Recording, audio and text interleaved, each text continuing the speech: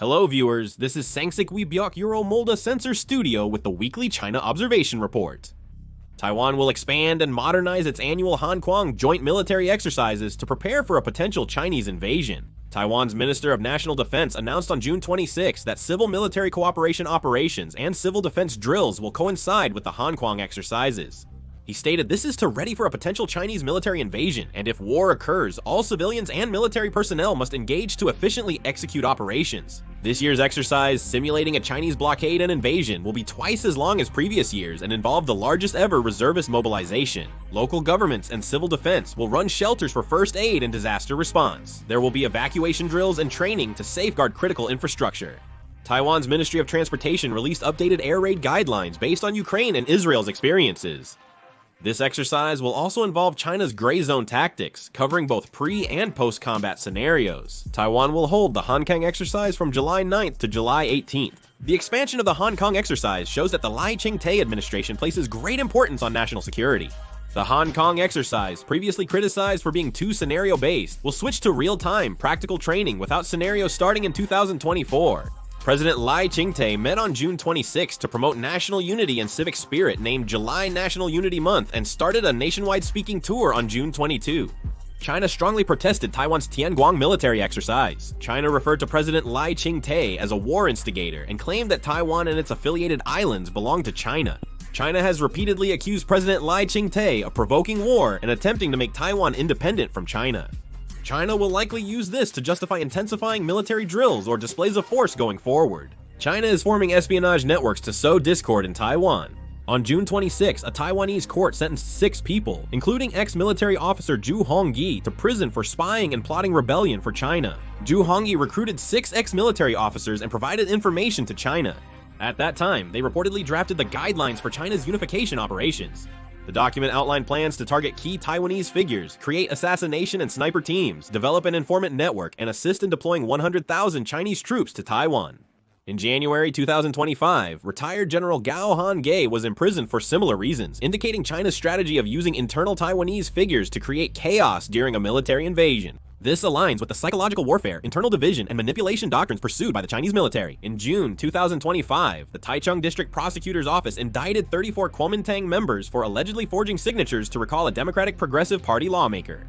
Taiwan's Central Election Commission investigation found over 70% of signatures in 2 recall petitions were forged.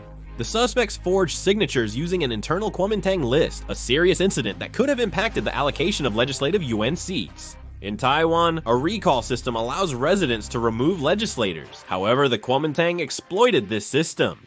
Recall petition manipulations were discovered in Taichung, Tainan, Taipei, and New Taipei, resulting in the indictment of numerous Kuomintang officials. Recall petitions for 26 Kuomintang legislators are set for July 26 and August 23. If 12 or more are recalled, the Kuomintang will lose its majority. After Kinmen Island, the China Coast Guard is also stepping up patrols around the Dongsha Islands, which are controlled by Taiwan in the northern part of the South China Sea. The China Coast Guard 3,302 vessel patrolled the Dongsha Islands 4 times in June, mostly staying in waters near Taiwan for more than 24 hours. The Dongsha Islands have a military base but no civilians. They are uninhabited islands. The United States Institute for the Study of War suggests that the Chinese Coast Guard's actions might be a precursor to a potential blockade or occupation in the future.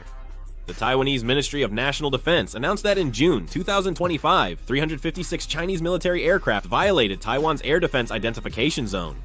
Since President Lai Ching-te took office in May 2024, this amounts to a monthly average of 328.6 times, which is more than twice the average of the past 2 years. China is increasing its provocations in this way, employing a strategy to neutralize Taiwan's state of readiness. China is integrating the artificial intelligence firm DeepSeek into its military and intelligence apparatus. DeepSeek's V3 and R1 models are used by the People's Liberation Army and armed police for military simulations and decision-making automation. DeepSeek is reportedly trying to obtain advanced United States semiconductors via a Southeast Asian paper company, bypassing American export controls. DeepSeek, a Chinese state-owned company, is collecting American user data through China Mobile's infrastructure. Analysis suggests it's engaging in cognitive warfare by providing answers aligned with the Chinese Communist Party's official stance. According to the Korea Coast Guard, China deployed 5 vessels in the West Sea to block the approach of the Korean Oceanographic Survey ship on Norio. China illegally installed this structure in the Korea-China Provisional Measures Zone, where only joint fishing is allowed. China claims the structure is for aquaculture, but United States think tank Center for Strategic and Advanced Studies suggests it could be used for surveillance and military purposes. There are also concerns that the 13 buoys concentrated in the West Sea may aim to control navigation routes. On June 26, Busan police arrested 2 Chinese international students for illegally filming the United States aircraft carrier Theodore Roosevelt and Naval Operations Command facilities. From March 2023 to June 2024, they captured hundreds of photos and videos and possessed contact details for Chinese public security officials. Chinese nationals were prosecuted for the first time under Article 99 of the Korean Criminal Act. Iran's Defense Minister Aziz Nasserzadeh met with Chinese counterpart Zhang Jin at the Shanghai Cooperation Organization meeting. Media reports suggest Iran is negotiating to buy J-10C fighter jets and early warning control aircraft. However, China is attempting to avoid direct involvement in the Israel-Iran conflict, so analysts believe actual weapons sales are unlikely. This concludes the China Observation Report. Thank you.